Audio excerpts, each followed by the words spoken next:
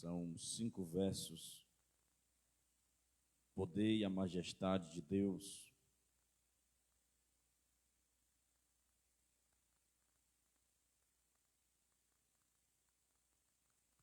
Quem achou diz amém. Diz assim: reina o Senhor, revestiu-se de majestade, de poder se revestiu o Senhor e se cingiu.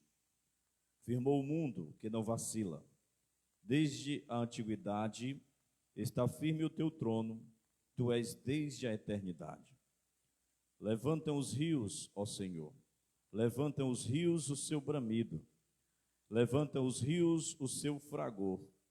Mas o Senhor nas alturas é mais poderoso do que o bramido das águas, do que o bramido das grandes águas, do que os poderosos vagalhões do mar. Fidelíssimos são os teus testemunhos. A tua casa convém a santidade, Senhor, para todo o sempre. Aleluia, glória a Deus. Vamos orar, vamos falar com o Senhor. Deus, nós queremos te agradecer, Pai.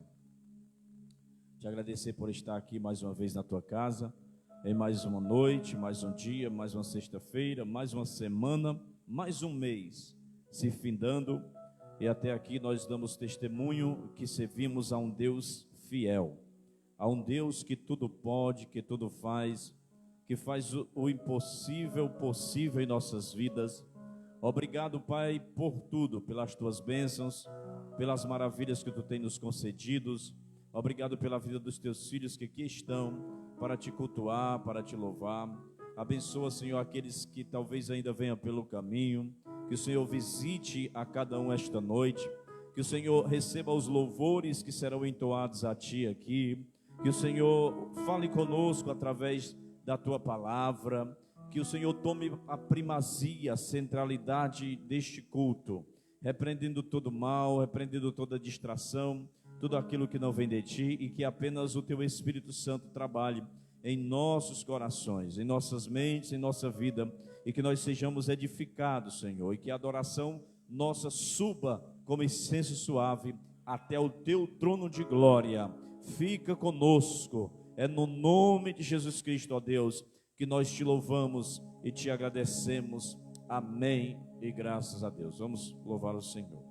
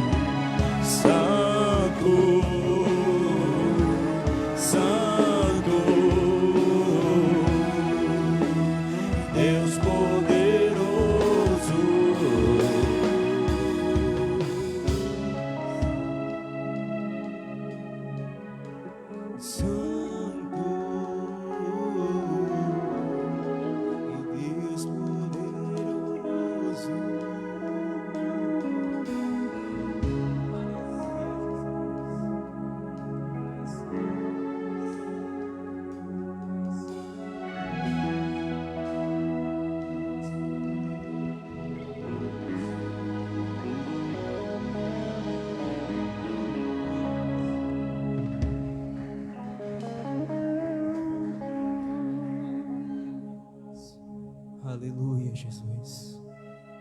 Aleluia. Vamos cantar uma canção ao nosso Cordeiro nessa noite. Louvado seja o teu nome, Jesus.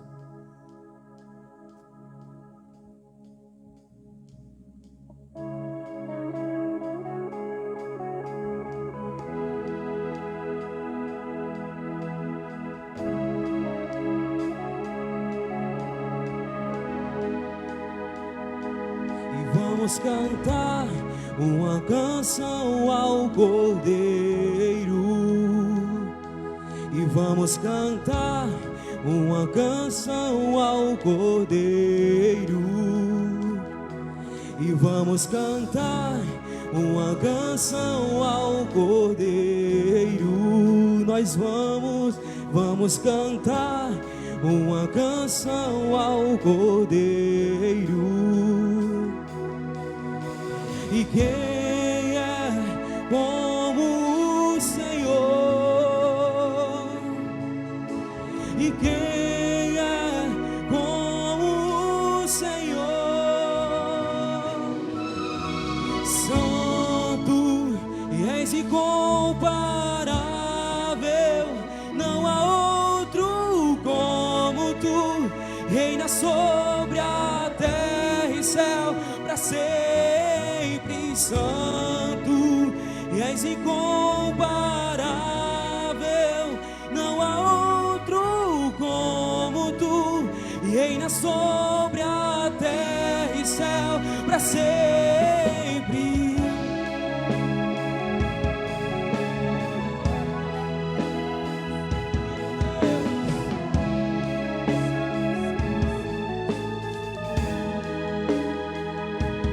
Vamos cantar uma canção ao Cordeiro.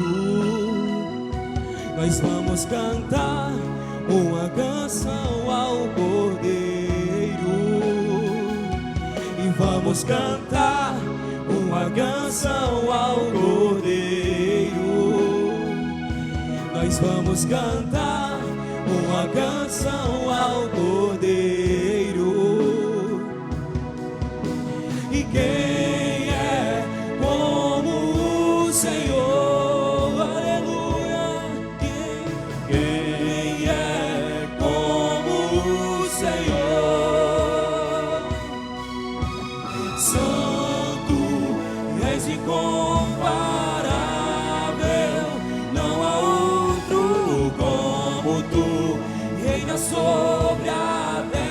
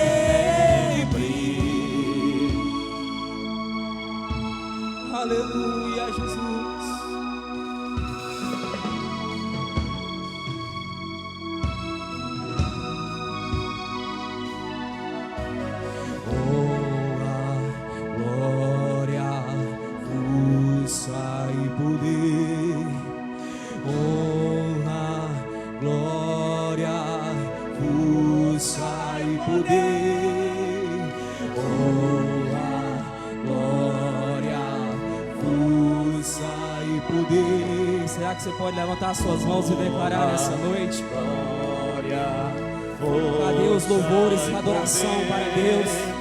Honra, Glória, força e poder. Honra, glória, força e poder. Honra, glória, força e poder.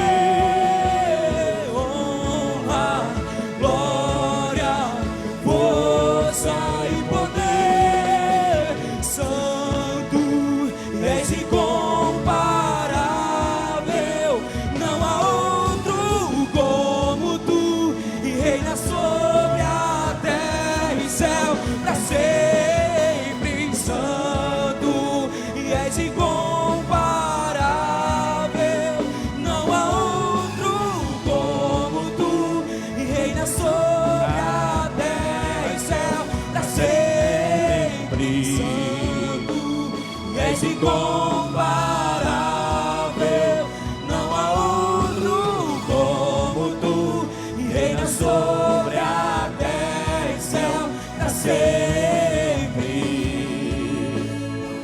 Aleluia, Jesus. Glória a Deus.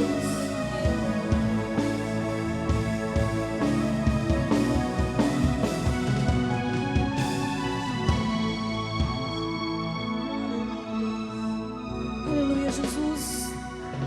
O Senhor reina aqui neste lugar. Toda honra é tua, Pai. E a igreja já está com a oportunidade de trazer ao altar do Senhor os seus dízimos, as suas ofertas, a sua fidelidade. Amém? Vamos continuar adorando ao nosso Deus, porque Ele é santo, santo e digno de toda a nossa adoração. Aleluia. Oh, aleluia, Jesus. Obrigada pelo teu cuidado conosco, Pai.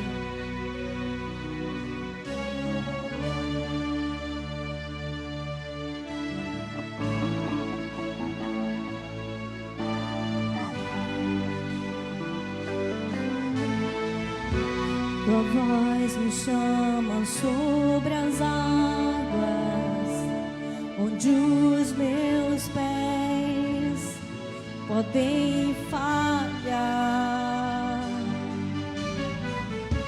E ali me encontro no mistério, em meio ao mar, confiarei.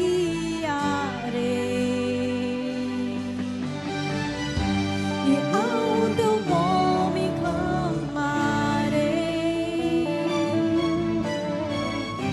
e além das ondas olharei. Se o mar crescer, somente em ti descansarei, pois eu sou teu e tu és meu.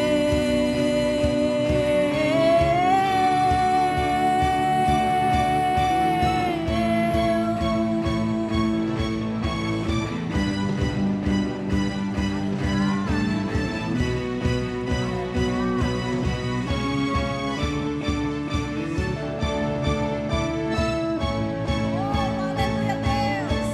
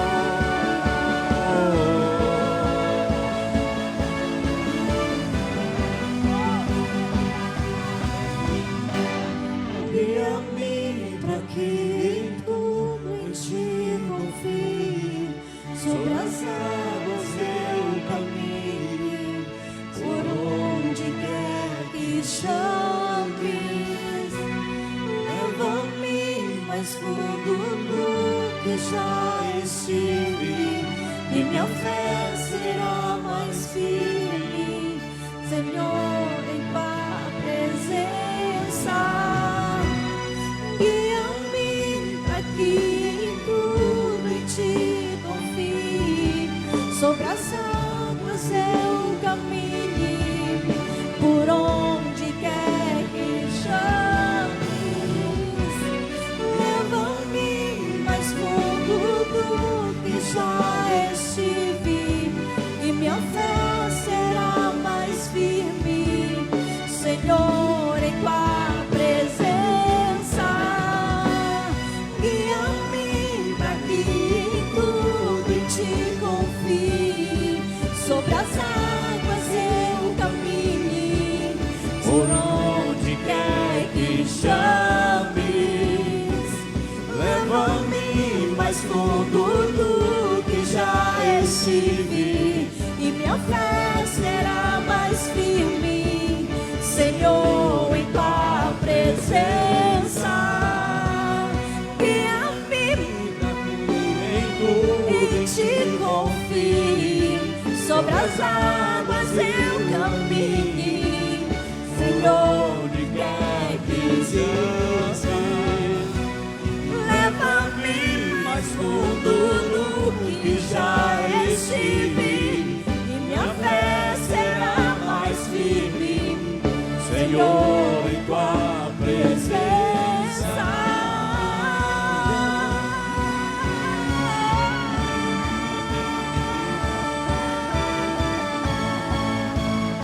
Em tua presença, Senhor, nos encontramos aqui. Estamos firmes em ti.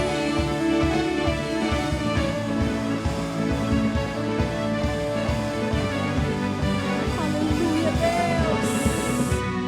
Ao teu nome clamarei, e além das ondas olharei.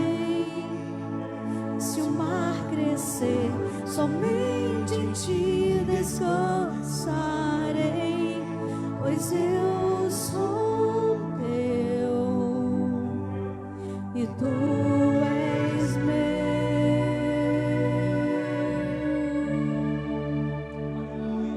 Aleluia, Jesus.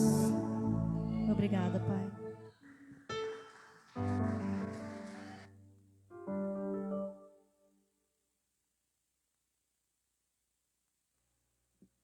Isso, 1, 2. Vamos orar, irmãos, pelos dízimos e pelas ofertas. Senhor, meu Deus, Pai amado, obrigado por mais uma vez estar em tua presença, Senhor. Te peço por cada um que ofertou, Senhor, a tua casa, ó Pai, que o Senhor venha abençoar grandemente, ó Pai. Que também, Senhor, aqueles que não têm, Senhor, que o Senhor venha abençoar, abrir as portas, Senhor. Venha multiplicar os celeiros, ó Pai. Que nós venha ser fiel cada dia mais no dízimo, nas ofertas. E principalmente a Ti, ó Pai. Nos usa, Senhor, grandemente, conforme segundo a tua boa vontade neste mundo. Abençoa teu filho que vai trazer a palavra. Que o Senhor use grandemente, Senhor, não como o Senhor já usa de costume, mas da forma que o Senhor quer, segundo a tua boa vontade. Abre nossos ouvidos, Senhor, para aprender mais de Ti, guardar no nosso coração a Tua palavra. Em nome de Jesus te peço e agradeço. Amém. Glória a Deus, glória a Deus, glória a Deus. Saúde a todos com a paz do Senhor, amém? Quem está feliz com Jesus? Aleluia. Abre a sua Bíblia. Aonde? Segunda carta de Paulo aos irmãos na cidade de Corinto. Capítulo de número 6. Nós vamos continuar a partir do versículo 14, entrar pelo capítulo 7. Vamos ver se a gente chega até o versículo 16. Vamos atravessar aí de uma margem à outra do texto. Capítulo 6 até o capítulo 7. Capítulo 6, nós iremos pegar aqui do versículo 14 até o 7 e 16. Amém? Quem achou diz amém. Amém, irmãos? Posso ler? Vocês estão me ouvindo bem aí, então? Diz assim: Não vos ponhais em julgo desigual com os incrédulos, porquanto que sociedade pode haver entre a justiça e a iniquidade? Olha só isto. Ou que comunhão da luz com as trevas? Que harmonia entre Cristo e o maligno? Ou que união do crente com o incrédulo? Que ligação há entre o santuário de Deus e os ídolos? Porque nós somos santuários do Deus vivente, como ele próprio disse: habitarei e andarei entre eles, serei o seu Deus, e eles serão o meu povo. Por isso, retirai-vos do meio deles, separai-vos, diz o Senhor. Não toqueis em coisas impuras, e eu vos receberei. Serei vosso pai, e vós serei para mim filhos e filhas, diz o Senhor Todo-Poderoso. Tendo, pois, ó amados, tais promessas, purifiquemo-nos de toda impureza, tanto da carne como do espírito, aperfeiçoando a nossa santidade no temor de Deus. Acolhei-nos em vosso coração, a ninguém tratamos com injustiça, a ninguém corrompemos, a ninguém exploramos. Não falo para vos condenar, porque já vos tenho dito que estáis em nosso coração para juntos morrermos e vivermos. Muito grande é a minha fraqueza para convosco, e muito me glorio por vossa causa. Sinto-me grandemente confortado e transbordante de júbilo em toda a nossa tribulação. Porque chegando a nós, a Macedônia, nenhum alívio tivemos, pelo contrário, em tudo fomos atribulados, lutas por fora, temores por dentro. Porém, Deus, que conforta os abatidos, nos consolou com a chegada de Tito, e não somente com a sua chegada, mas também pelo conforto que recebeu de vós, referindo-nos a vossa saudade, o vosso pranto, o vosso zelo por mim, aumentando assim meu regozijo. Porquanto, ainda que eu vos tenha contristado com a carta, não me arrependo, embora já me tenha arrependido. Vejo que aquela carta vos contristou por breve tempo. Agora me alegro, não porque fostes contristados, mas porque fostes contristados para arrependimento, pois fostes contristados segundo Deus, porque de nossa parte nenhum dano sofresseis. Para que de nossa parte nenhum dano sofresseis? Porque a tristeza segundo Deus produz arrependimento para a salvação, que a ninguém traz pesar, mas a tristeza do mundo produz morte. Porque quanto cuidado não produziu isto mesmo em vós, que segundo Deus foste contristado? Que defesa, que indignação, que temor, que saudades, que zelo, que vindita. Em tudo deste prova de estardes inocentes neste assunto. Portanto, embora vos tenha escrito, não foi por causa do que fez o mal, nem por causa do que sofreu o agravo, mas porque a vossa solicitude a nosso favor fosse manifesta entre vós diante de Deus. Foi por isso que nos sentimos confortados, e acima desta nossa consolação, muito mais nos alegramos pelo contentamento de Tito, cujo espírito foi recreado por todos vós. Porque, se em alguma coisa me gloriei de vós para com ele, não fiquei envergonhado, pelo contrário, como em tudo vos falamos com verdade, também a nossa exaltação na presença de Tito se verificou ser verdadeira. E o seu entranhável afeto cresce mais e mais para convosco, lembrando-se da obediência de todos vós, de como o recebestes com temor e tremor. Alegro-me porque em tudo posso confiar em vós. Aleluia. A leitura é um pouco extensa, mas é necessário, né? Feche os seus olhos, vamos orar mais um pouco. Senhor, nós te apresentamos a tua palavra, aqui está a tua palavra essa noite.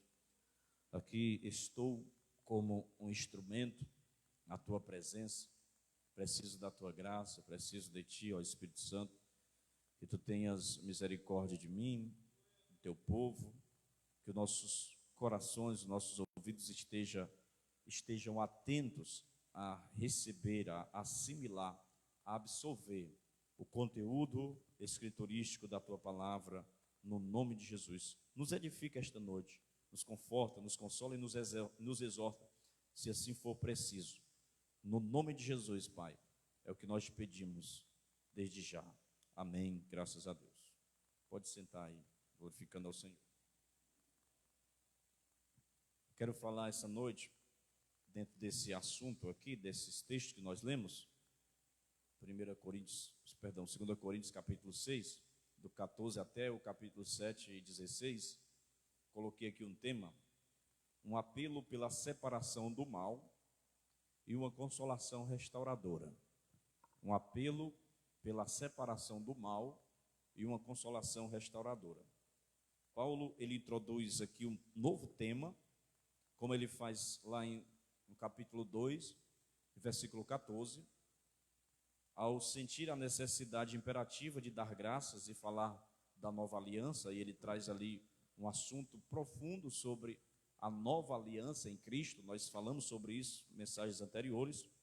Agora Paulo ele vai introduzir uma série de exortações para em seguida retornar o assunto abordado lá no capítulo 2 e versículo 13. O texto aqui em tela apresenta-nos 5 verdades fundamentais que nós vamos discorrer nestas 5 verdades, se der tempo hoje. A primeira, ele fala sobre uma aliança desigual. Depois ele vai falar sobre uma separação necessária. Ele vai falar sobre uma purificação abrangente e uma acolhida solicitada e uma consolação restauradora. São 5 verdades, 5 pontos aqui dentro deste texto, e espero aqui ter sucesso juntamente com os irmãos para aprendermos e absorver as lições cristãs que aqui está na palavra. Primeira coisa aqui, primeiro ponto, uma aliança desigual. Esse texto vai do capítulo 14 até o 16 do capítulo 6. Na vida cristã, há relacionamentos que nós precisamos cultivar e outros que nós precisaremos abandonar. De novo, na vida cristã, há relacionamentos que nós devemos cultivar para que ele se prolongue. Devemos preservar, conservá-lo. Mas também vai ter outros tipos de relacionamento que nós vamos ter que abandonar. Nós vamos ter que abrir mão. Nós vamos ter que sair fora, porque é prejudicial. E Paulo vai abordar aqui estas verdades. Nós vamos abordar algumas verdades importantes aqui neste texto. Em primeiro lugar, Paulo vai fazer uma exigência clara. Uma exigência clara no versículo 14. Ele diz: não vos ponhais em jugo desigual com os incrédulos. Olha só aí o que ele diz. Não vos ponhais em jugo desigual com os incrédulos. A expressão aqui, gneste heterose no grego, ele usa aí para jugo desigual. E esta palavra, ela contém a ideia de alguém estar no jugo desnivelado, desigual, desnivelado. E o pano de fundo que Paulo usa aqui é apontando a proibição de pôr animais de naturezas diferentes sob o mesmo jugo. Havia uma proibição de lavrar o jumento e o boi juntos. Deuteronômio 22 e 10. Porque o jugo era um instrumento que se colocava no pescoço do animal, ligado a outro animal. Então, em Deuteronômio, ele dizia que essa espécie de animal tinha que ser iguais. Se fosse boi, era 2 bois. Não podia pegar um boi, tirar e colocar um jumento no lugar e ao lado outro boi. Está entendendo? Um boi e jumento, junto. Deuteronômio 22, 10 deixa claro isso. Também não era permitido fazer cruzamento de animais de diferentes espécies. Levítico 19, 19 há esta proibição. Além do mais, o boi, ele era um animal limpo, era considerado um animal limpo, à luz de Deuteronômio 14, 1 a 8, e já o jumento era considerado um animal impuro. Então, por isso, não era permitido colocar os 2 juntos. A ideia de que Paulo está transmitindo é que Existem certas coisas que elas são essencialmente e fundamentalmente incompatíveis, que jamais podem ser naturalmente unidas, jamais podem ser naturalmente ligadas umas às outras. Incluídos na metáfora aqui também está o casamento. Lá em 1 Coríntios 7, 12 a 15, Paulo trata sobre isso. E pelo menos todos os problemas éticos de que se tratou na primeira carta aos Coríntios. O chamado cristão, ele tem a finalidade de evitar esses relacionamentos íntimos com os pagãos que comprometem a coerência cristã no culto e na ética. 1 Coríntios capítulo 5, do 9 a 13, Paulo fala sobre esta ligação que muitos estão tendo com os pagãos. Um crente, ele não deve pôr-se debaixo do mesmo jugo que um incrédulo, em pelo menos duas áreas. Ele não pode se colocar debaixo do jugo com o incrédulo, do mesmo jugo, na área conjugal, na vida conjugal. E também na questão de participação em práticas e cultos pagãos. Então nós vamos ver aqui, um pouco mais detidamente, estas duas áreas aqui inicialmente. Primeira coisa, o crente, ele não deve se pôr debaixo do mesmo jugo com o incrédulo na vida conjugal. Diga comigo, o crente, servo de Deus, não pode estar debaixo do mesmo jugo com o incrédulo na vida conjugal. Isso eu não estou querendo dizer de pessoas que eram crentes ou aceitaram a Jesus, né, depois de ter uma vida lá no mundo, mas já era casado e veio para a igreja. O marido ou a esposa não é crente ainda, então tem que se separar. Não é isso, não é nada disso que ele está fazendo. Ele está falando de pessoas que conhecem a fé, pessoas que estão congregando, pessoas que estão em comunhão com Deus, que estão dentro da igreja e procuram coisas lá fora. Então, a Bíblia diz que não há esta comunhão, não vai ter essa aliança, esta unidade. O casamento entre um crente e um incrédulo está em desacordo com a palavra de Deus. Segundo a 1 Coríntios capítulo 7, versículo 39. E esse princípio ele foi reprisado inúmeras vezes para o povo de Israel e repetidas vezes também, repetidamente, desobedecido.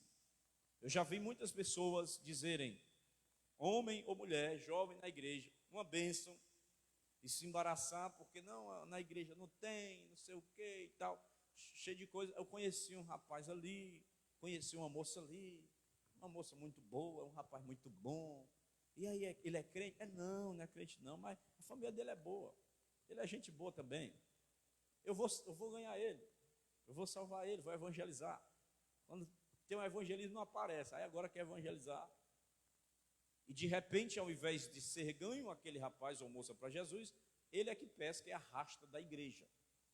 Tem testemunhos que eu ouvi até de pastor conhecido, que ele falou que a irmã dele era uma bênção na igreja e conheceu um garotão lá fora, alto, louro, olhos verdes, galã de cinema. E ela, eu vou ganhar ele, ganhou para Jesus, entre aspas, trouxe para a igreja. Mas casaram na igreja. Quando terminou o casamento, que entrou no carro, que eles saíram, ele colocou a mão assim na perna dela, batendo, e disse assim, nunca mais você pisa dentro de uma igreja. E até história assim de cárcere privado, de muita coisa feia, porque conheceu um cara lá fora, que aparentemente era bonitão, e às vezes tem pessoas de mau caráter, má índole dentro das igrejas, imagine fora, irmão.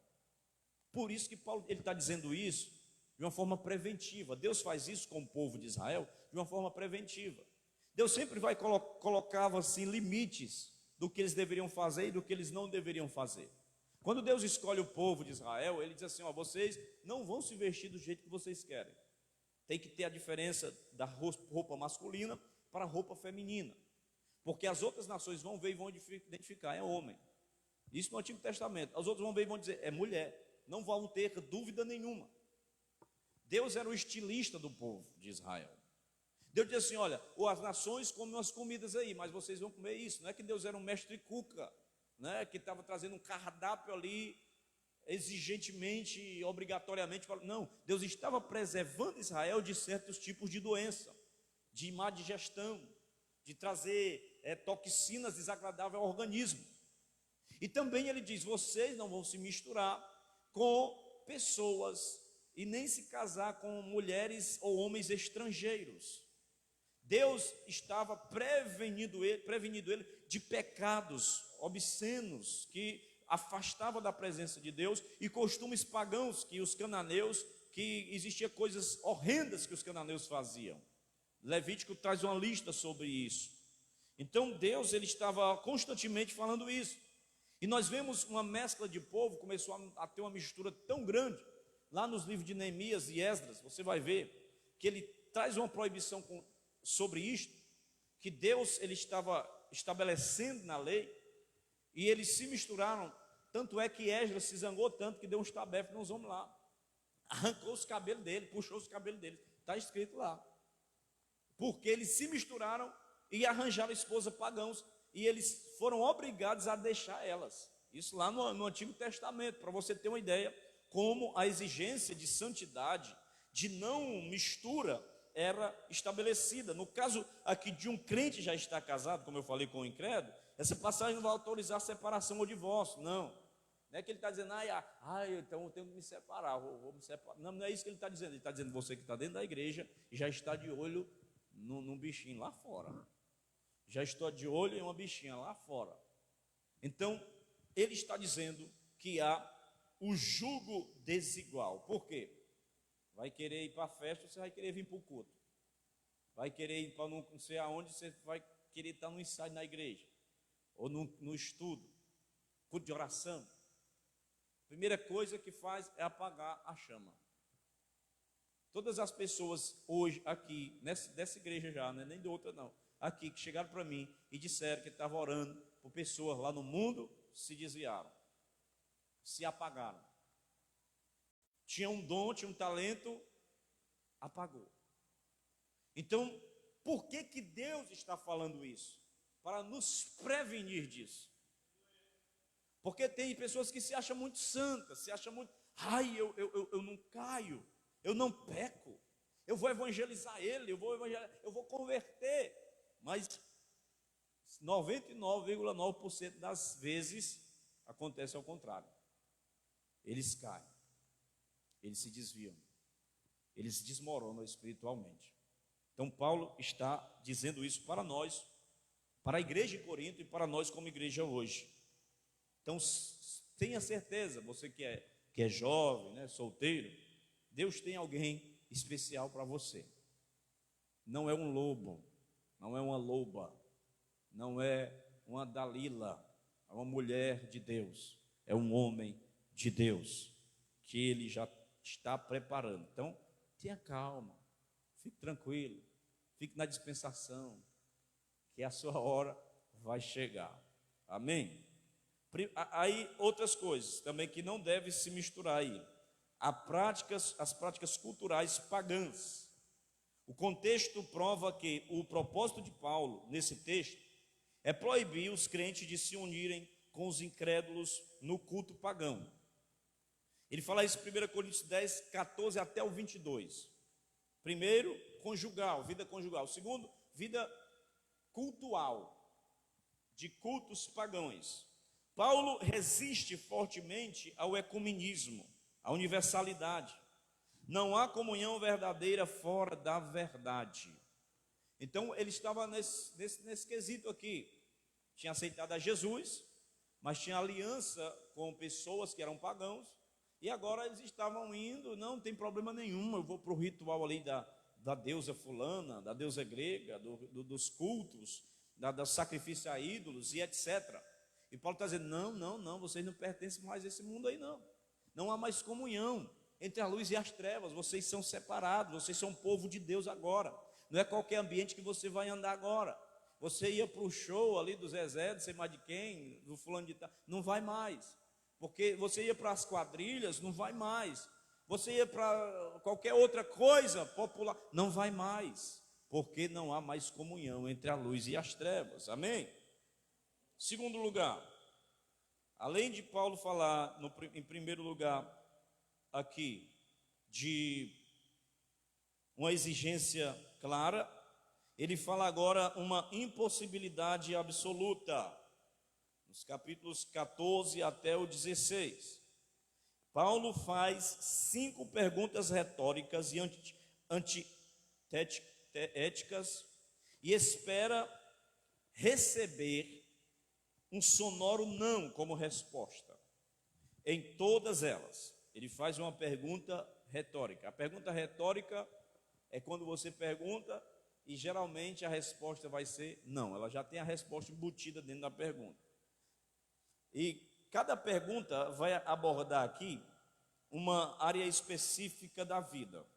William MacDonald nos oferece uma interessante análise do texto como segue.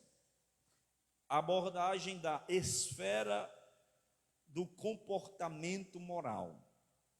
Porque no versículo 14 ele diz: que sociedade pode haver entre a justiça e a iniquidade? Tem alguma sociedade? Sim ou não? Sim ou não? Vocês estão me ouvindo? Tem alguma sociedade entre a justiça e a iniquidade? Sim ou não? Pergunta retórica. Então, a justiça e a iniquidade não podem ter comunhão, porque elas são opostos morais. Isso está claro. Depois ele vai para a esfera do entendimento espiritual. Capítulo 6, versículo 14. Ou que comunhão das trevas com a luz? A luz e as trevas, irmãos, eles não podem coexistir. A Bíblia diz que Deus, quando criou o mundo, ele separou a luz das trevas.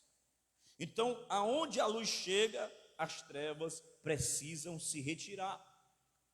Antes da sua conversão, o homem, ele é filho das trevas. A pessoa habita no reino das trevas. Antes de conhecer Jesus, ele está no escuro, ele está nas trevas. Mas quando ele se converte, ele é o quê? Ele é transportado do reino das trevas para o reino da luz. Aleluia. Então, a escuridão espiritual, ela é destituída não só de luz, como também de amor. Quem odeia o seu irmão, a Bíblia diz que está nas trevas. É por isso que a Bíblia diz que ele nos transportou das trevas para o reino do Filho do seu amor, que é o reino da luz. Muitas pessoas esquecem disso. Não se mistura mais. Não dá mais para conciliar luz e trevas. Já era. A treva foi embora, a luz raiou do horizonte da aurora, que é a nossa salvação. O povo que estava em trevas resplandeceu uma maravilhosa luz. Quem é esta luz? Cristo Jesus. Agora ele aborda também a esfera da autoridade. Ele diz no versículo 15, que harmonia há entre Cristo e o maligno. Paulo enfatiza aqui o contraste entre Cristo e o maligno, como os principais governadores de suas respectivas esferas de justiça e iniquidade, luz e trevas, santidade e profanação. Como é possível servir a 2 senhores ao mesmo tempo? Um crente não pode participar da mesa do Senhor e da mesa dos demônios ao mesmo tempo. Paulo fala em 1 Coríntios 10, 14 a 22. Não há esta conciliação. O seu Senhor é Jeová, o seu Senhor é o Senhor Jesus Cristo. Ele é Senhor para a glória de Deus Pai. Antes você estava debaixo do jugo de um Senhor, do Deus deste século, mas o Senhor lhe resgatou, quebrou todas as amarras, quebrou todos os grilhões, desfez toda a maldade, desmanchou toda a corrente. Agora você está livre e tem um Senhor. Quem é Ele? Jesus Cristo. Não há mais comunhão. Jesus diz assim: não há como servir a 2 senhores. Ou você adora a Deus ou adora a Mamon, que é o Deus aí das riquezas. Único e exclusivamente Senhor nós temos, que é Jesus. Há uma doutrina poderosíssima que nós temos que entender, que nós temos que absorver, que nós temos que seguir, que é a doutrina do senhorio de Cristo. Há pessoas que têm Jesus como um salvador, mas elas rejeitam-o como Senhor. Você observa que as pessoas, você pergunta, você quer aceitar Jesus? Não é uma pergunta de praxe, uma pergunta costumeira que nós falamos para as pessoas. Você quer aceitar a Cristo? ela diz assim: eu sou cristão já, eu tenho Jesus, desde quando eu nasci, desde não sei o quê, porque elas querem como Salvador. Elas sabem que elas vão assumir um risco do discipulado, da obediência, que é tê-lo como Senhor. Aí é outra história. Então ele é Senhor daqueles que o seguem, daqueles que o confessam como Senhor e daqueles que o obedecem. Então quando você tem ele como Senhor da sua vida, aí o negócio muda, porque o servo, ele não anda onde ele quer, ele não faz o que ele quer, ele faz o que o seu Senhor manda. Então é chamado servo de Deus. Servo aí no grego é doulos, significa escravo mesmo, está debaixo de um jugo, ou está debaixo de um senhorio, está debaixo de normas, está debaixo de ordem. Só que aquele senhor lá das trevas, ele oprimia, levava à perdição. Mas este Senhor, você é escravo, mas ao mesmo tempo você é livre, porque conhecereis a verdade e a verdade vos libertará. Aleluia. Deixa eu pegar minha água aqui, que esses dias aí minha garganta é meio baqueada. Quem está aí, dá um glória a Deus aí.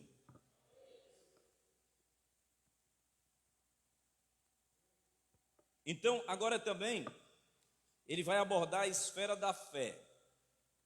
Esfera da fé. No versículo 15 ele diz: que união do crente com o incrédulo.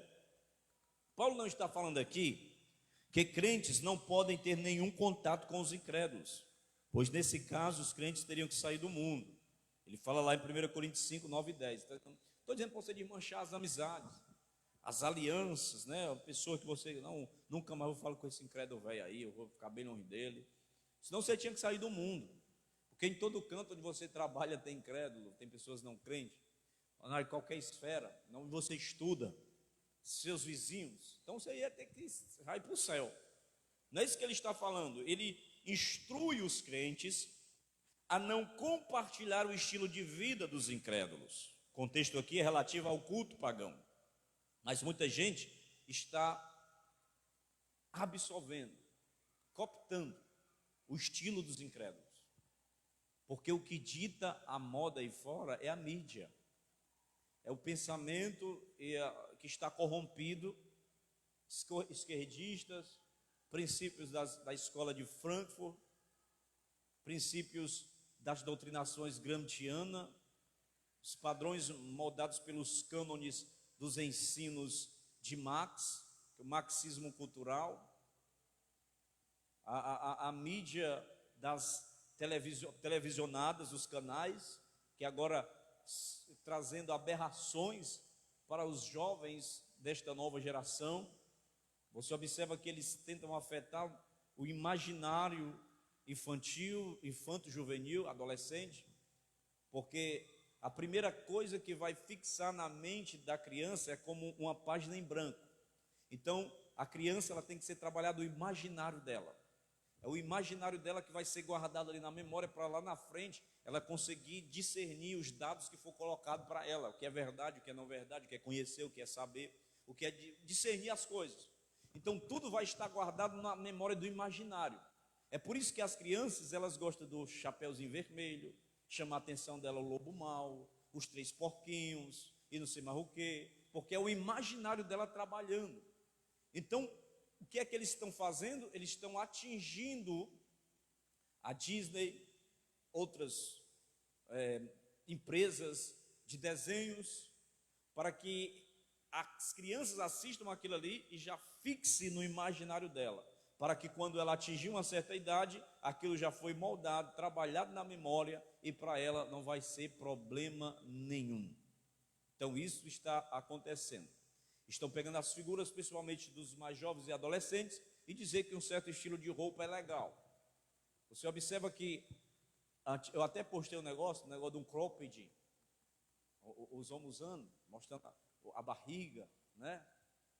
Eles pegam ali jovens atores que se destacaram em programas infantis. E as adolescentes, os jovens, as crianças olham aquilo ali e veem como espelho.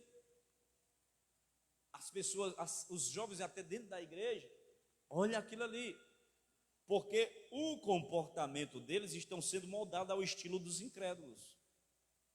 E às vezes quando implanta aquilo na mente, para tirar é difícil. Aí falta o quê? A Bíblia, a palavra. Falta na memória, no banco de dados, oração, devocional, aconselhamento, acompanhamento. Porque o mundo vem, meu irmão, ele vem sem misericórdia. Ele vem avassaladoramente para derrubar esta geração. Então, Paulo está dizendo, não há comunhão, não há união. Saiba discernir as suas amizades. Saiba discernir os estilos. O que é que a moda diz para nós? Que se vestir todo rasgado é bonito. Antigamente, você comprasse uma roupa rasgada, você tinha que trocar, ia denunciar no Procon, ia fazer uma confusão medonha. Eu comprei aqui tanto, foi cara essa roupa e agora veio rasgada. O que é que a moda dita agora? Que calça bonita é aquelas calças, parece que os cachorros acuaram nos aceiros das estradas, rasgado todinho, a pessoa anda toda fatiada, e isso é bonito, porque virou moda. Então, se a mídia é capaz de colocar isso na mente da nossa geração, que andar todo rasgado é bonito, o que é que eles não vão colocar, meu irmão? Se uma coisa dessa eles colocam, imagine outras coisas mais absurdas, que não passam no campo da opinião, não passam no campo pós e contra, de um contraponto. Então as pessoas estão abertas a isso, vulneráveis a isso, e tudo que vem eles absorvem, tudo que vem eles tomam por verdade. Afinal, estão pregando por aí que não existe verdade absoluta, tudo é relativo e cada um tem a sua verdade. Doutrina do Satanás está embaraçando muita gente, inclusive cristãos, pessoas de dentro da igreja. Mas a palavra continua dizendo, não há ligação entre o crente e o incrédulo, não há ligação entre a luz e as trevas, não há ligação entre o mundo e a igreja. Igreja é igreja, mundo é mundo, pecado é pecado, inferno é inferno, céu é céu, vida eterna é vida eterna. Jesus é só Ele que é o Senhor e a salvação da nossa vida. Então, se você é cristão e se você é crente, as suas ações, as suas vestimentas, as suas conversações, o seu vocabulário é de acordo e moldado com a palavra de Deus. Paulo está dizendo que não há nenhuma comunhão dos incrédulos com quem é crente. Malaquias diz outra vez, vereis a diferença entre o justo e o injusto, entre o justo e o ímpio, entre o que serve a Deus e o que não serve. Para servir a Deus tem que ter diferença. Amém? Aí ele liga agora a esfera da adoração, versículo 16. Que ligação há entre o santuário de Deus e os ídolos? O templo é o lugar onde Deus escolhe habitar, embora ele não possa ser restrito apenas a um edifício feito por mãos humanas. A comunidade cristã é o próprio templo da habitação de Deus. Os crentes são a morada, como morada de Deus, eles não podem se envolver com o culto dos ídolos. Não é somente aqui imagem de escultura, mas qualquer objeto que se interpõe entre a alma e Cristo. Cada uma dessas palavras, sociedade, comunhão, harmonia, união e ligação, refere-se à presença de algo em comum. O termo que ele usa, harmonia, aqui, por exemplo, dá origem à palavra sinfonia, ou seja, refere-se à bela música, onde os músicos leem a partitura e seguem o mesmo regente. Ele fala aqui de ligação, comunhão, sociedade, harmonia, sinfonia. É alguém falando a mesma língua. É um grupo de pessoas falando a mesma língua, trazendo o regente na mesma partitura. Então já pensou? Os irmãos vêm a cantar aqui, aí um vai cantar aqui aquele Agnus Dei, né? Aí o irmão vem para o teclado aqui, começa a tocar aqui um forró. Aí o baterista começa a tocar uma lambada e o baixista começa a tocar um reggae. Imagine a confusão. Tudo desarmonizado, tudo atravessado. Um canta uma coisa, outro canta outra, outro faz outra coisa, vira uma bagunça. Da mesma forma é a pessoa que quer viver na igreja e ligada com o mundo, aos moldes do mundo. ele está bagunçado, ele está desorganizado, ele está desconjuntado, ele não tem identidade, ele está como uma folha seca caída ao chão, que vai para onde o vento leva. E a Bíblia diz que os ímpios são assim, é como uma moinha que o vento espalha. Observe que ele também vai falar agora em terceiro lugar, uma conclusão inequívoca, no versículo 16, olha o que ele diz: porque nós somos santuário do Deus vivente, como ele próprio disse, habitarei e andarei entre eles, serei o meu povo e eles serão meu Deus.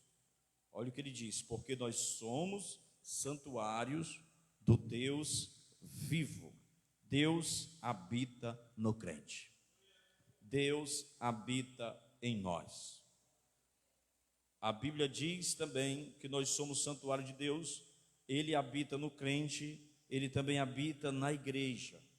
O Deus que nem os céus dos céus podem contê-lo, habita plenamente na igreja. O Pai habita na igreja, o Filho habita na igreja, e o Espírito Santo habita na igreja. Habitam em cada crente, nós somos morada de Deus. Ele habita entre nós e ele habita em nós. Então, a lei da física, se for puxar para a lei da física, dois corpos não podem ocupar o mesmo espaço. Então, no seu coração já tem um espaço ocupado, na sua vida já tem um morador. Quem é? O Pai, o Filho e o Espírito Santo, porque esses três são um. Não há mais lugar para nada do mundo no seu coração. Aleluia. Simon Kistemacher, ele menciona 3 estágios dessa habitação de Deus entre o seu povo. Através da encarnação, quando João 1,14 diz que ele habitou entre nós, ele tabernaculou conosco, o verbo se fez carne.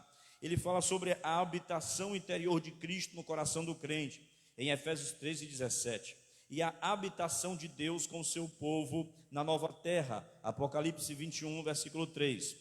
O termo grego naos, templo, refere-se ao santuário interno, onde a presença divina estava localizada como detenção de toda a área do templo, que é Hieron. Então ele está dizendo aqui que nós somos templos e morada de Deus. Nós somos a habitação do Espírito Santo. Então, quando você está andando, Deus está andando com você. Quando você está se movendo, Deus também está ali se movendo com você. Aonde você vai, Deus está ali, porque o Espírito Santo habita dentro de você. O Espírito Santo, a divindade de Deus, está dentro desse vaso de barro. Você é uma identidade patente, vivente, resplandecente da luz radiosa que é Jesus Cristo, que está impregnado na sua vida, no seu corpo, na sua alma e no seu espírito. Como no recôndito do tabernáculo, quando passava-se o átrio, o lugar santo e o santo do santo, depois do véu que tinha a arca da aliança e a glória de Deus, a habitação de Deus, a kavod, na Shekinah, descia e ficava ali, brilhante como uma nuvem que descia sobre o tabernáculo. Agora este templo, este recôndito, este santo do santo é o seu coração, é a sua vida. Você tem uma identidade crente, filho de Deus, santuário e morada do Deus vivo, do Deus vivo, do Deus vivo. Glorifique o nome do Senhor. Oh, aleluia. Então vamos aqui para o segundo ponto. Primeiro ponto nós vimos aqui foi uma aliança desigual. Cuidado com as alianças desiguais. Todas as áreas da sua vida, irmão. Cuidado com alianças desiguais. Segundo, uma separação necessária. Olha aí o versículo 17 e o 18. Por isso, retirai-vos do meio deles, separai-vos, diz o Senhor. Não toqueis em coisas impuras, e eu vos receberei. Serei vosso pai, vós sereis para mim filhos e filhas, diz o Senhor Todo-Poderoso. A ordem de Deus para o seu povo é: retirai-vos, indicando um ato decisivo da parte deles, da parte do povo de Deus. Depois ele diz: separai-vos. Por outro lado, sugere aqui devoção a Deus com um propósito especial. Primeiro ele diz: retirai-vos. Depois ele diz: separai-vos. A separação não é apenas um ato negativo de se retirar. Nós devemos nos separar do pecado para Deus. Duas coisas devem ser ressaltadas aqui. Em primeiro lugar, uma separação exigida. Deus escolhe a igreja para ser um povo separado do mundo. Embora no mundo, você está no mundo, mas você não pertence ao mundo. Você é separado do mundo no mundo. A igreja está no mundo, mas não é do mundo. Essa separação é uma advertência encontrada em toda a Bíblia. Deus advertiu Israel a não se misturar com as nações pagãs. Os profetas insistiram com o povo de Israel para deixar os ídolos pagãos e adorar exclusivamente ao Senhor.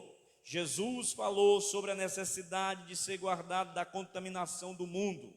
Em João 17, a igreja foi exortada a não receber aqueles que rejeitam a doutrina de Cristo, segundo a João 10 e 11. Então, você observa que em todos os lugares, na Bíblia Sagrada, a Bíblia vai dizer separação. A Bíblia vai dizer não se misture. A Bíblia vai dizer tem diferença entre luz e trevas, ímpio e justo, crente e incrédulo, igreja e mundo, Deus e Satanás, céu e inferno. Sempre vai ter essa diferenciação. Elias diz assim: hoje nós vamos saber quem é que é Deus aqui. Se Deus é Deus, ele vai descer fogo no céu. Se é Baal que vai descer fogo no céu. Fogo do céu. Ele desafiou 850 profetas. Foi 450 de Baal, mais 400 de Azera.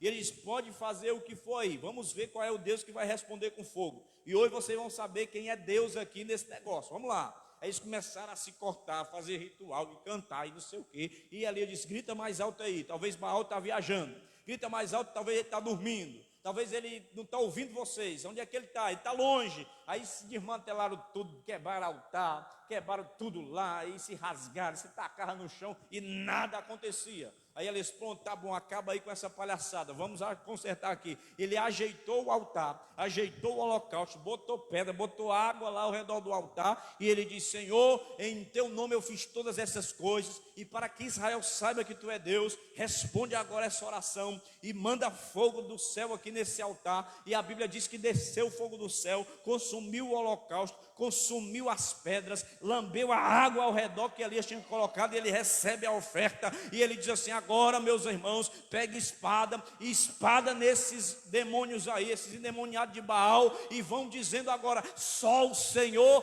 é Deus, só o Senhor é Deus, que mandou fogo do céu e atendeu a oração dos seus servos. Também Josué, no momento de decisão, ele disse para Israel: olha, eu vou dizer uma coisa para vocês, hoje é dia de saber quem é que vocês vão seguir. Quem é que vocês vão seguir? Se vocês vão tomar o caminho da direita ou se vocês vão tomar o caminho da esquerda. Se vocês vão tomar o caminho da vida ou se vocês vão tomar o caminho da morte. Se você quiser seguir a Baal, vocês é que sabem, pode a seguir. Mas eu vou dizer uma coisa: eu e a minha casa nós serviremos ao Senhor. Nós já escolhemos, nós já decidimos, já tomamos a nossa decisão.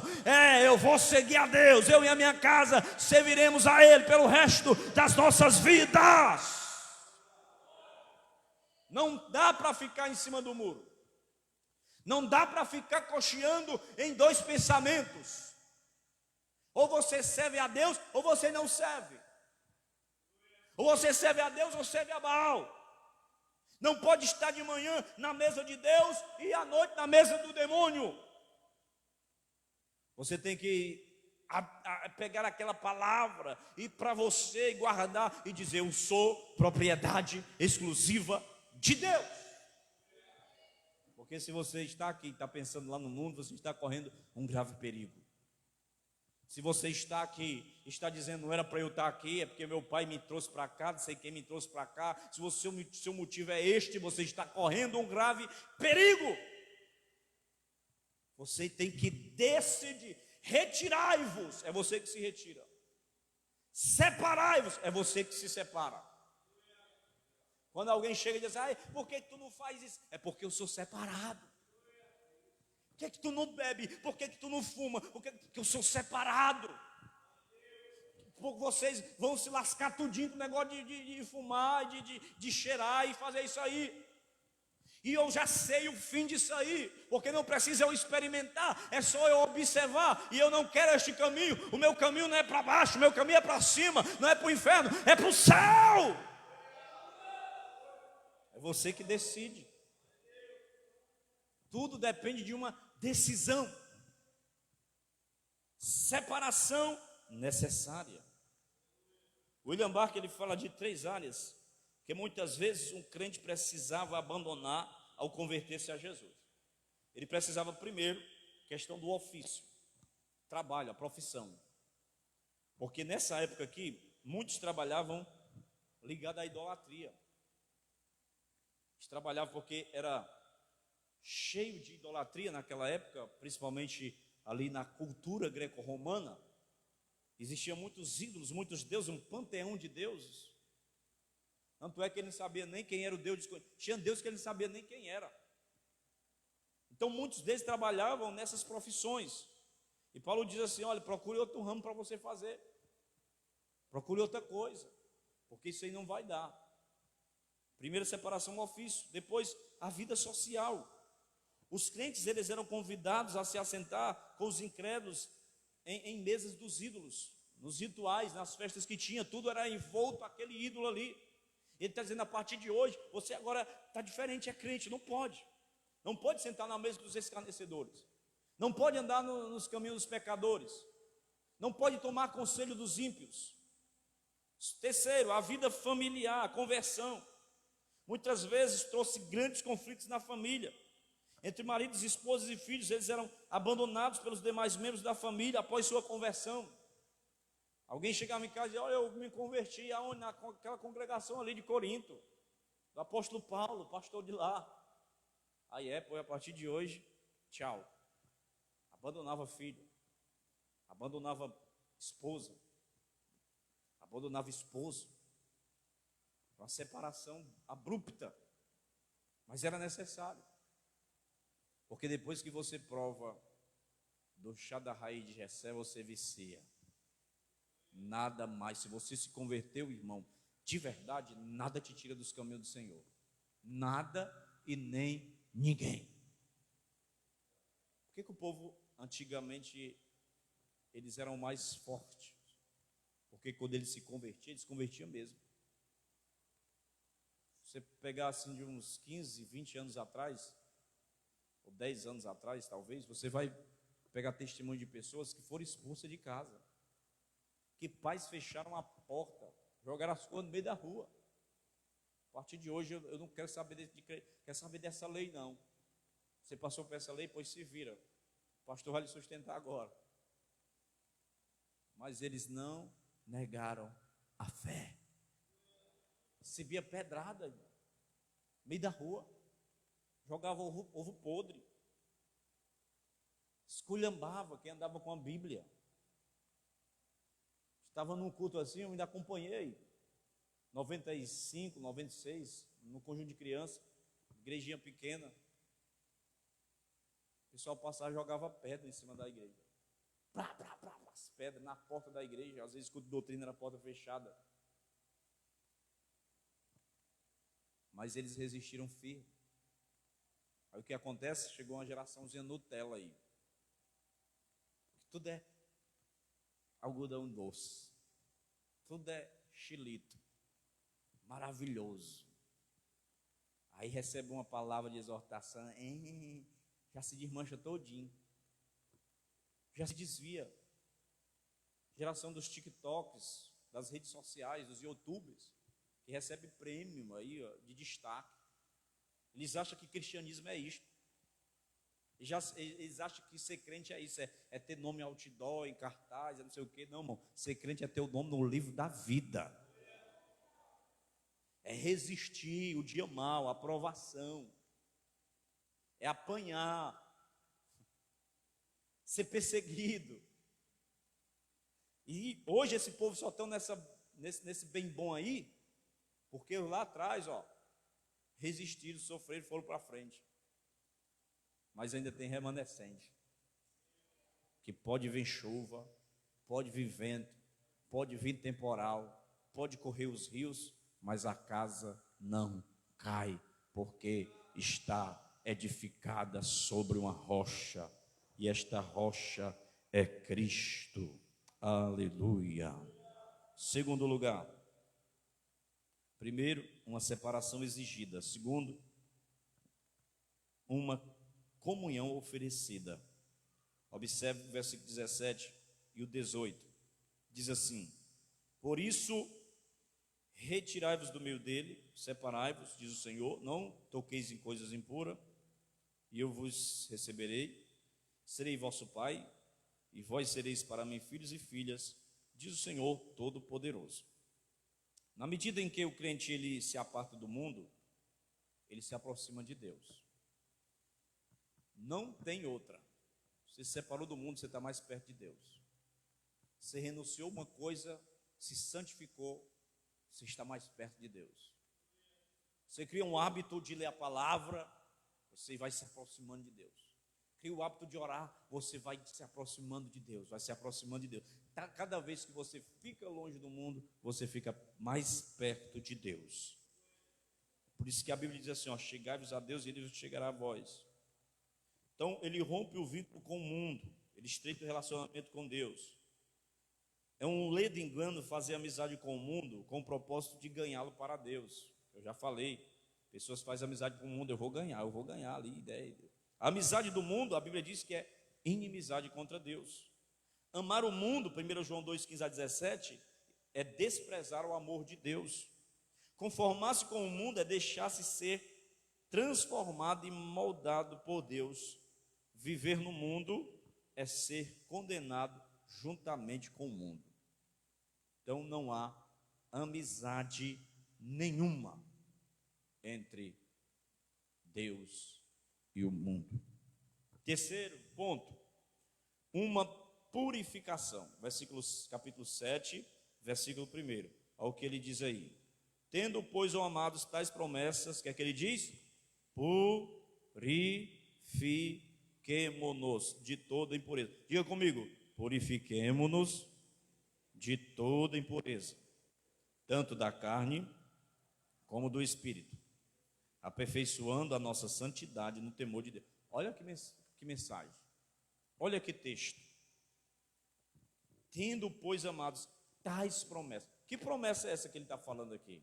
Promessa de ser habitação de Deus, promessa de ser morada de Deus, promessa de Deus andar entre nós e estar em nós, Ele ser nosso Pai e nós sermos seus filhos e filhas, que no versículo anterior ele diz o Senhor Todo-Poderoso. Olha que promessa.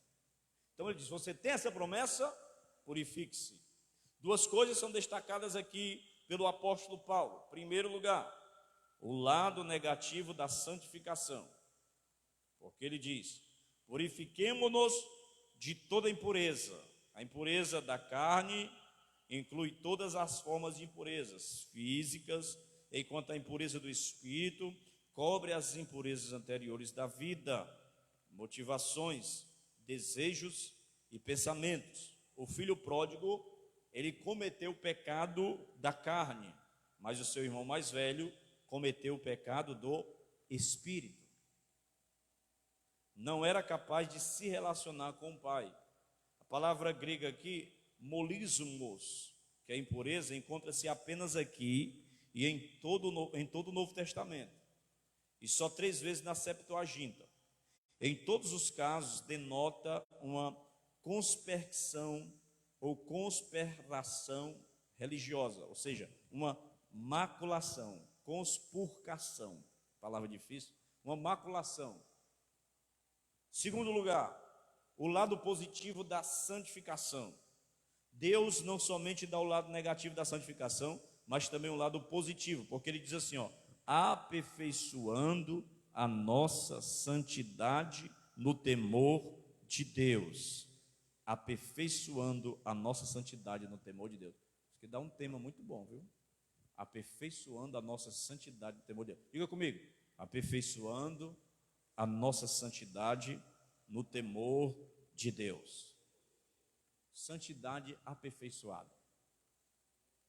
Não somente devemos descartar e despojar-nos de todo tipo de contaminação e impureza, mas também nos tornarmos progressivamente semelhantes a Deus, porque a santificação ela é um processo de aperfeiçoamento. Eu aperfeiçoo esse processo.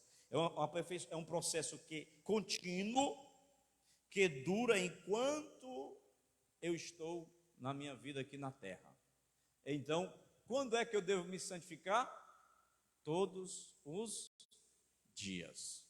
Porque a santificação, ela é um processo contínuo.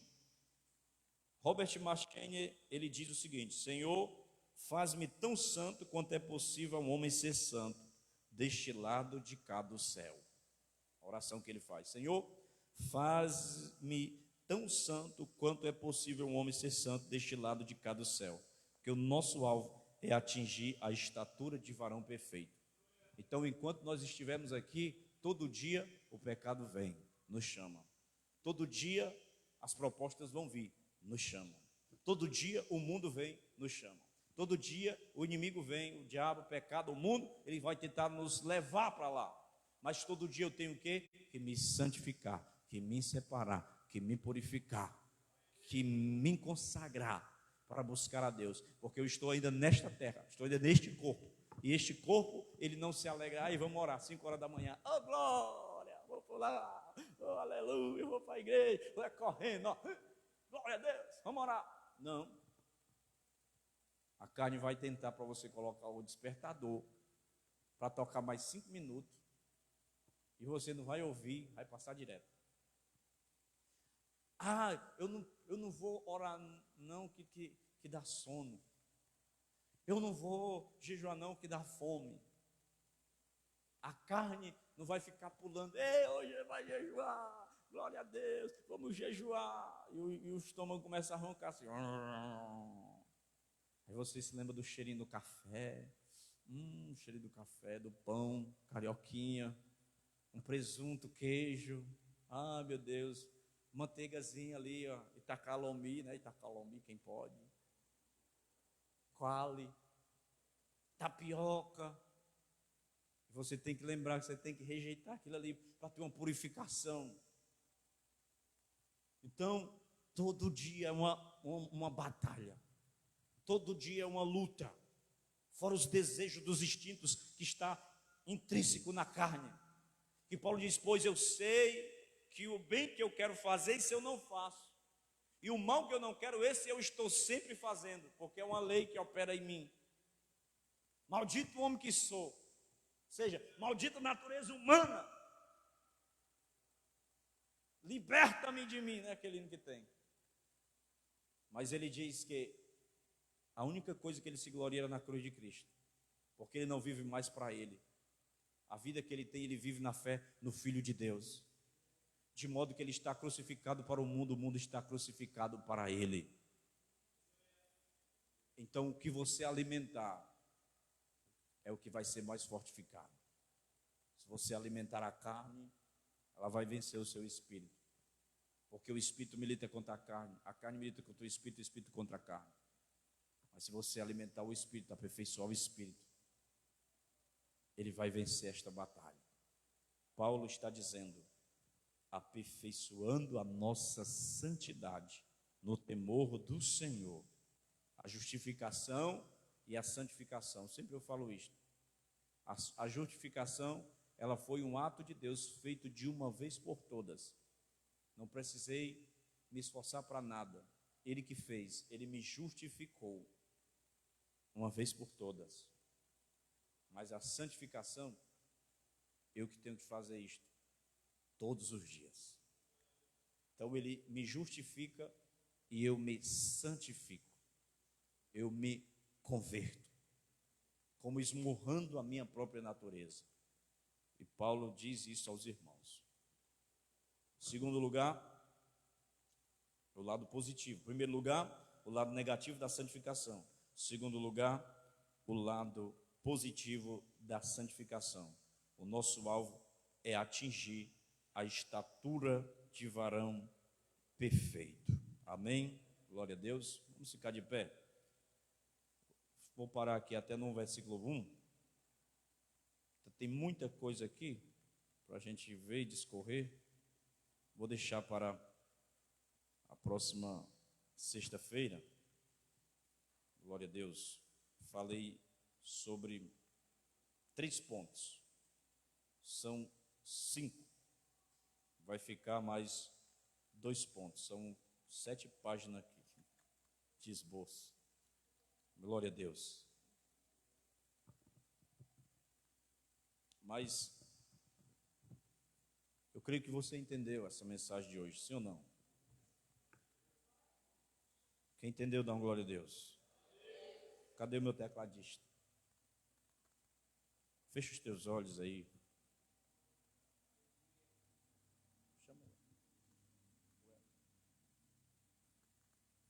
Faça aí uma análise na sua mente. Faça uma análise do seu coração. Olha aí para dentro de você, do seu íntimo. A sua vida, como é que está a sua vida com Deus? Tem até um louvor antigo que diz assim: como vai a sua vida? Como estão teus sentimentos? Como Deus pode ajudar você? Como Cristo em sua vida estará participando? Como Deus pode ajudar você? Então, como é que está a minha conduta? Eu tenho que fazer um retrospecto, um introspecto, olhar para dentro de mim mesmo. Como crente, não falo nem como obreiro, nem como qualquer um, não, como crente, como filho de Deus. Como está o meu comportamento diante dos meus amigos ali fora, no trabalho, na escola? Será que tem alguma área da minha vida que eu tenho que renunciar a alguma coisa? Será que eu já negligenciei a leitura da palavra? Estou negligenciando a oração? Talvez alguma brecha o inimigo tenha se aproveitado, tenha me dado uma rasteira em alguma área. Senão eu preciso ver o que Paulo disse para Timóteo, que eu tenho que procurar apresentar-me diante de Deus como um crente, como um obreiro aprovado, que eu não tenho do que se vergonhar, que manejo bem a palavra da verdade. Ó Senhor, aqui estamos diante de Ti. Que o Senhor venha nos purificar, o Senhor venha nos perdoar, que Tu venha nos ajudar. Segura em nossas mãos, olha para o Teu povo, que o Senhor livre-os de pecar, livre-os de escorregar, sustenta-os em Tuas mãos, quebra todo o mal. Nós queremos nos santificar, Senhor, a cada dia, como Paulo fala em Efésios, até que cheguemos à unidade da fé, ao conhecimento do Filho de Deus, a estatura completa de Cristo. Nós ainda estamos nessa terra, Senhor, e nessa terra nós somos sujeitos a toda esta esfera, mas nós sabemos que o Teu Espírito pode nos ajudar, que é possível viver nessa terra e não se contaminar com as coisas desta terra. É preciso viver neste mundo e ser santo neste mundo, separado, purificado, fazendo a diferença, não tendo o Senhor, como disse a Tua palavra hoje, comunhão com um jugo desigual, mas que nós tenhamos harmonia apenas com a Tua palavra. No nome de Jesus, nos livra. Guarda os nossos filhos, guarda os nossos jovens, guarda essa geração. Meu Deus, quanto ódio no coração desta geração. Todo dia uma notícia, Senhor, de terrorismo, de ataques nestas escolas por aí. Guarda os nossos filhos, Senhor. Guarda os professores, de modo geral. Guarda as escolas, os núcleos gestores. Tu falaste, Senhor, que a nossa geração, os nossos filhos seriam profetas, que eles profetizariam. Meu Deus, liberta esta geração. Levanta, Senhor, jovens, moços, rapazes, cheios do teu Espírito, que use uma única arma, que é a arma com 66 calibre, que é a tua palavra. Ó Deus, tem misericórdia de nós. Não nos deixa nos misturar com essa geração tão incrédula e perversa. Fica conosco, nos dá uma noite de paz, uma noite de tranquilidade debaixo da tua potente mão. No nome de Jesus, é o que nós choramos e te agradecemos. Amém. Amém.